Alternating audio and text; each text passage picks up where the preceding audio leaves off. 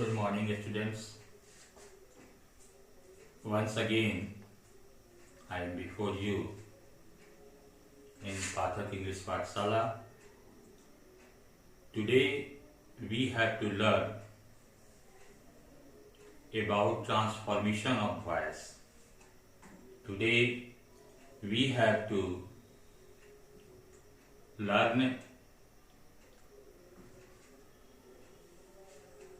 passive voice of past indefinite tense. Let us see on the whiteboard. In passive voice past indefinite tense, the structure of affirmative sentence. First of all, we have to understand the sentence of affirmative form of past indefinite tense. The active sentence pattern of past indefinite tense is subject, V2 and then object. As we know that V2 is known as past form of the verb. जैसा कि हम जानते हैं कि past indefinite tense में क्रिया का दूसरा रूप प्रयुक्त होता है। मुख्य क्रिया मेन वर्ब जो होती है वह सेकंड फॉर्म में प्रयुक्त होती है। तो इसका अगर हम वाक्य लेते हैं एक्टिव सेंटेंस का, तो हम लिख सकते हैं ही stole my bag. He stole my bag. यहां पर ही जो है वह सब्जेक्ट है, स्टोल जो है वह V2 है एंड माई बैग जो है वह ऑब्जेक्ट है। जब इसे हम पैसिव में परिवर्तित करेंगे तो पैसिव में सबसे पहले हमें माई बैग को लिखना होगा, यानी my bag will be written at the beginning of passive voice। क्योंकि यहां पर हम ध्यान देंगे जब पैसिव स्ट्रक्चर होता है तो पैसिव स्ट्रक्चर में ऑब्जेक्ट को हम नॉमिनेटिव केस में लिखते हैं। नॉमिनेटिव केस माई बैग जो है यहां पर ऑब्जेक्ट है, तो माई बैग को हम लोग कर्ता की जगह पर लिखेंगे माई बैग। इसके बाद जो सहायक क्रिया प्रयुक्त होती है वह होती है वाज और वेयर। तो यहां पर माई बैग चूंकि थर्ड पर्सन सब्जेक्ट है, इसके साथ क्रिया हमारी होगी वाज, माई बैग वाज। इसके बाद स्टोल क्रिया का तीसरा फॉर्म लिखेंगे, यानी इसका तीनों रूप होता है स्टिल, स्टोल और स्टोलन, यानी थर्ड फॉर्म हम यहां पर प्रयोग करेंगे माई बैग वाज स्टोलन। इसके बाद बाई लगाएंगे और ही का ऑब्जेक्टिव केस होता है हिम। इस तरह से जो हमारा जो एक्टिव सेंटेंस होगा ही स्टोल माई बैग, इसका पैसिव वॉइस में परिवर्तन इस प्रकार करेंगे my bag was stolen by him. यहां हमें ध्यान रखना है कि पैसिव वॉइस में जो मुख्य क्रिया होती है वो हमेशा थर्ड फॉर्म में प्रयुक्त होती है। So you have to remember conjugation of verb very attentively. ध्यान से हर क्रिया का क्या रूप होता है, V1 क्या होता है, V2 क्या होता है, V3 क्या होता है, ये हमें जानकारी रखनी होगी, तभी हम सम्यक रूप से पैसिव वॉइस में ट्रांसफॉर्मेशन कर पाएंगे। अब देखते हैं निगेटिव सेंटेंस। जब निगेटिव सेंटेंस होगा तो निगेटिव सेंटेंस में हमारी जो क्रिया होती है वह पास्ट इंडेफिनिट टेंस में डिड का प्रयोग किया जाता है। यह बात और ध्यान देनी है आपको, यहाँ पर डिड जो हेल्पिंग वर्ब होगी वह निगेटिव सेंटेंस में प्रयुक्त होगी। अफर्मेटिव सेंटेंस में किसी भी सहायक क्रिया का हम प्रयोग नहीं करते हैं। तो जब निगेटिव वाक्य बनाना होगा तो हमें सबसे पहले सब्जेक्ट लिखना होगा, सब्जेक्ट के बाद हम डिड का प्रयोग करेंगे, उसके साथ नॉट लगाएंगे, डिड नॉट, इसके बाद हम V1 का प्रयोग करेंगे, इसके बाद ऑब्जेक्ट का प्रयोग करेंगे। अब इसी वाक्य को अगर हम निगेटिव में परिवर्तित करते हैं तो निगेटिव में जब परिवर्तन किया जाएगा तो हम इस तरह से वाक्य को बना सकते हैं, he did not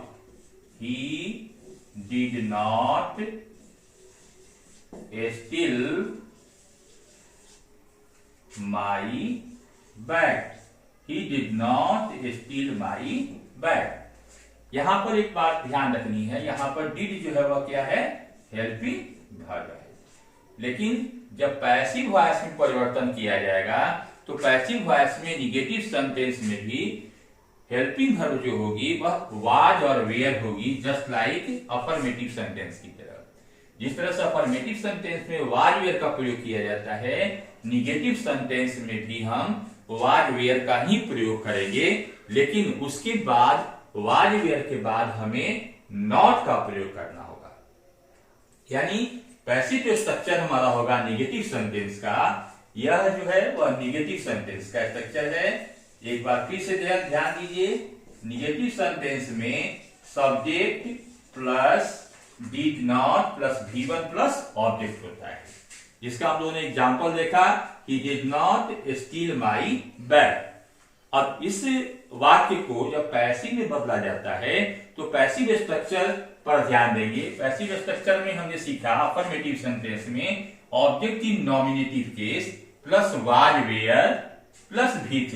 यहां पर एक ध्यान रखनी है कि जब निगेटिव सेंटेंस होगा तो वाज वेयर के बाद हम नॉट का प्रयोग कर देते हैं। वाज वेयर के बाद नॉट लगाते हैं, इसके बाद V3 लिखते हैं, इसके बाद बाई, इसके बाद सब्जेक्ट इन ऑब्जेक्टिव केस होगा।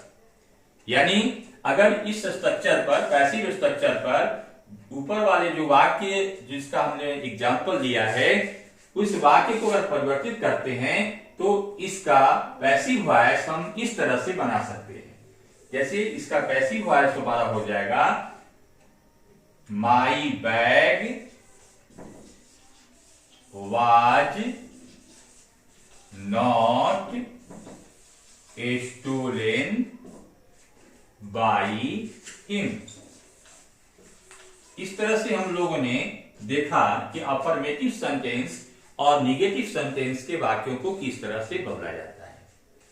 यह बात ध्यान रखनी होगी कि अगर हम पास्ट इंडेफिनिट टेंस का वॉइस बना रहे हैं तो हमें हेल्पिंग वर्ब पर ध्यान रखना होगा, क्योंकि अफर्मेटिव सेंटेंस में किसी भी हेल्पिंग वर्ब का प्रयोग नहीं किया जाता है, लेकिन निगेटिव सेंटेंस में हेल्पिंग वर्ब डिड का प्रयोग किया जाता है एक्टिव वॉइस में।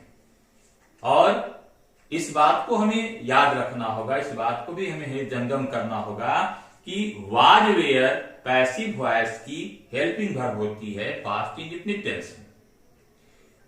तो इस तरह से हम लोगों ने अभी सीखा अफर्मेटिव सेंटेंस और नेगेटिव सेंटेंस। इसके बाद हम लोग सीखेंगे इंट्रोगेटिव सेंटेंस को, इसके वाक्यों को भी ध्यान से देखेंगे। अब देखिए interrogative sentence, past indefinite tense में जो इंट्रोगेटिव सेंटेंस होता है वो उसके दो प्रकार होते हैं। जैसे यस नो क्वेश्चन होता है और दूसरा जो होता है वह होता है WH क्वेश्चन। WH question. अब यस नो क्वेश्चन जो होता है उसका जो स्ट्रक्चर होता है एक्टिव वाक्य में, एक्टिव सेंटेंस में, उसमें सबसे पहले हमें डिड लिखना होता है, हेल्पिंग वर्ब डिड, इसके बाद सब्जेक्ट, इसके बाद V1 मेन वर्ब का पहला रूप प्रयोग किया जाता है एक्टिव वाक्य में। इसके बाद ऑब्जेक्ट लिखा जाता है और लास्ट में हमारा जो होता है वह इंट्रोगेशन मार्क होता है, प्रश्नवाचक चिन्ह होता है। अब जब पैसिव वाक्य में एक्टिव सेंटेंस को पैसिव वाक्य में बदला जाता है तो यहां पर हमारी जो क्रिया होती है हेल्पिंग वर्ब वह बदल जाती है। यहां पर वाज वेयर हेल्पिंग वर्ब को शुरू में लिखा जाता है। As we know that in interrogative sentence, helping verb is written at the beginning of the sentence. And what is the helping verb? Was and were. Was and were are helping verb of past indefinite tense. That we may call it a simple past tense. इसको आप लोग simple past tense के नाम से भी जानते हैं। यानी सिंपल पास्ट टेंस या पास्ट इंडेफिनिट टेंस में जो पैसिव वाक्य होगा, उस पैसिव वाक्य में वाज वेयर हेल्पिंग वर्ब प्रयुक्त की जाएगी। उसके बाद ऑब्जेक्टिव नॉमिनेटिव केस, उसके बाद क्रिया का तीसरा रूप लिखा जाता है, V3 लिखा जाता है।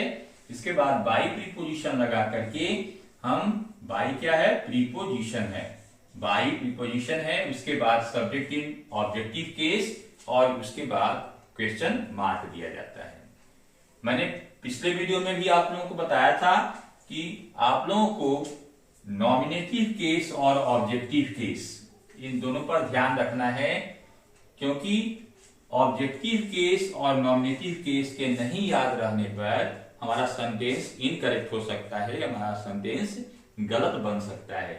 यानी एक्टिव से पैसिव वॉइस बनाने के लिए हमें नॉमिनेटिव केस यानी कर्ता कारक और ऑब्जेक्टिव केस यानी कर्म कारक, इसका ही रूपांतरण हम करते हैं। ऑब्जेक्ट को सब्जेक्ट बनाते हैं, सब्जेक्ट को ऑब्जेक्ट बनाते हैं। यहां एक बात और ध्यान रखनी है कि अगर वाक्य में पॉजेसिव केस होता है, संबंध कारक होता है, तो पॉजेसिव केस को हम परिवर्तित नहीं करते हैं। जैसे WH क्वेश्चन पर ध्यान देंगे। WH क्वेश्चन, उससे पहले मैं आपको बता दूं कि इसका एक एग्जाम्पल के द्वारा इसे और बेहतर ढंग से समझते हैं। यस नो क्वेश्चन में, यानी वाक्य हमारा अगर आता है did he call her, did he call her, यहां पर डिड है क्या है? हेल्पिंग वर्ब है। उसके बाद कॉल क्या है? V1 है। तो इसको जब हम परिवर्तित करेंगे पैसिव वॉइस में according to the structure of passive voice, तो क्या लिखेंगे हम? सबसे पहले हमें हेल्पिंग वर्ब का प्रयोग करना होगा according to the object made subject. यहां ऑब्जेक्ट मेड सब्जेक्ट क्या होगा? हर का क्या होगा? सी होगा। तो यानी सी के अनुसार हमारी क्रिया जो होगी, तो सी के अनुसार क्रिया क्या होती है? वाज होती है। तो वाज सी, इसके बाद called, was she called by, he का ऑब्जेक्टिव केस होता है him, was she called by him. इस तरह से हम लोगों ने एक्टिव वाक्य हमारा था डिड ही कॉल हर, इसको हमने पैसिव में जब बदला तो इस तरह से वाक्य में रूपांतरण इसका हुआ was she called by him. अब WH क्वेश्चन पर ध्यान रखेंगे कि WH क्वेश्चन में हमारा जो स्ट्रक्चर होता है, वाक्य की जो संरचना होती है, उसमें सबसे पहले हमें WH वर्ड्स को लिखना होता है। यानी उसका एक्टिव स्ट्रक्चर हमारा इस तरह से होता है WH वर्ड्स, उसके बाद हमारी सहायक क्रिया प्रयुक्त होती है डिड, उसके बाद सब्जेक्ट, उसके बाद V1, उसके बाद ऑब्जेक्ट लिख करके हम क्वेश्चन मार्क लगाते हैं। जब इसी वाक्य को एक्टिव सेंटेंस को पैसिव में बदला जाता है, तो पैसिव का स्ट्रक्चर हमारा होता है, सबसे पहले हमें WH वर्ड्स को लिखना होता है, WH वर्ड्स, उसके बाद सहायक क्रिया हमारी वाज और वेयर होती है, जैसा कि हम लोग डिक्लेरेटिव सेंटेंस में समझ चुके हैं, वाज वेयर। उसके बाद हमारा ऑब्जेक्ट इन नॉमिनेटिव केस होता है, उसके बाद V3 का हम प्रयोग करते हैं, इसके बाद बाई प्रीपोजिशन लगा करके सब्जेक्ट इन ऑब्जेक्टिव केस लिख देते हैं, उसके बाद हमारा क्वेश्चन मार्क हो जाता है। यानी WH वर्ड्स के बाद हम वाज वेयर, जो कि सहायक क्रिया होती है, वाज वेयर सहायक क्रिया होती है पास्ट इंडेफिनिट टेंस की पैसिव वॉइस में। तो अब इस WH क्वेश्चन को एक उदाहरण के द्वारा समझते हैं कि किस तरह से हम लोग पैसिव वॉइस में परिवर्तित करेंगे। तो let us see why did he teach me, why did he teach me. यह वाक्य जो होगा वह डब्ल्यू क्वेश्चन का है एक्टिव सेंटेंस। एक्टिव सेंटेंस में why did he teach me का प्रयोग किया गया। तो अब इसे पैसिव में जब बदलेंगे तो केवल हमारे ध्यान रखना होगा कि हमारी जो सहायक क्रिया होगी वह परिवर्तित की जाएगी। डब्ल्यूएच वर्ड का तो डब्ल्यूएच वर्ड हम पहले लिख देंगे, डब्ल्यूएच वर्ड। इसके बाद डब्ल्यूएच वर्ड क्या है, यहाँ पर वाई है, और वाई के बाद हमें क्या करना है, वाज और वेयर का प्रयोग करना है। तो यहाँ ध्यान रखना है कि मी जो है, जब मी को हम सब्जेक्ट बनाएंगे तो वह क्या हो जाता है, आई हो जाता है। तो आई के अनुसार हमारी क्रिया क्या हो जाएगी, वाज, वाई वाज आई। इसके बाद तीसरा रूप, चीज का तीसरा रूप होता है टॉट। उसके बाद बाई और ही को हम लोग बदलेंगे तो ही का होता है ऑब्जेक्टिव केस में him. Why was I taught by him. इस तरह से हम लोगों ने आज सीखा कि WH interrogative sentence simple past tense का एक्टिव वाक्य किस तरह से पैसिव में बदला जाता है। एक बात और याद दिला दूं आपको कि यस नो क्वेश्चन में अगर नॉट का प्रयोग होता है तो उसे हम निगेटिव यस नो क्वेश्चन कहते हैं। यहां निगेटिव यस नो क्वेश्चन में सब्जेक्ट के बाद हमें नॉट का प्रयोग करना होता है। ठीक उसी तरह से जो डब्ल्यूएच क्वेश्चन होता है उसमें भी सब्जेक्ट के बाद हमें नॉट का प्रयोग करना होता है। तो यानी अगर एक्टिव स्ट्रक्चर निगेटिव इंट्रोगेटिव का होता है तो हमें पैसिव में भी यहां पर ऑब्जेक्टिव नॉमिनेटिव के बाद नॉट का प्रयोग करना होगा, और डब्ल्यूएच क्वेश्चन में भी यहां पर ऑब्जेक्टिव नॉमिनेटिव केस के बाद नॉट का प्रयोग करना होगा। यानी निगेटिव डब्ल्यूएच क्वेश्चन में वाज वेयर के बाद ऑब्जेक्टिव नॉमिनेटिव केस, इसके बाद नॉट, इसके बाद V3, इसके बाद बाई लिख करके हम सब्जेक्टिव ऑब्जेक्टिव केस को लिख देते हैं। तो मैं समझता हूं कि आप लोग इस सेंटेंस को affirmative sentence, negative sentence, interrogative sentence और डब्ल्यूएच इंट्रोगेटिव सेंटेंस के वाक्यों को किस तरह से बदला जाता है इसको आप लोग समझ गए होंगे। आप लोग ध्यान से पाठक इंग्लिश पाठशाला को ध्यान से देखेंगे और यह सीक्वेंस हमेशा चलता रहेगा। अब तक हम लोगों ने प्रेजेंट टेंस और पास्ट टेंस के बारे में समझा है। इसके बाद हम लोग past continuous tense, past perfect tense, यह इसके बारे में समझेंगे कि किस तरह से एक्टिव सेंटेंस को पैसिव वॉइस में बदला जाता है। आप ध्यान से वीडियो को देखते रहें और अगर कोई प्रश्न हो तो आप कमेंट सेक्शन में जरूर बताएं। और मैं आशा करता हूं कि आप इस वीडियो को ध्यान से देख रहे होंगे। यह वीडियो निश्चित रूप से आपके लिए नॉलेज गिविंग होगा, ऐसी मुझे आशा है। थैंक्स।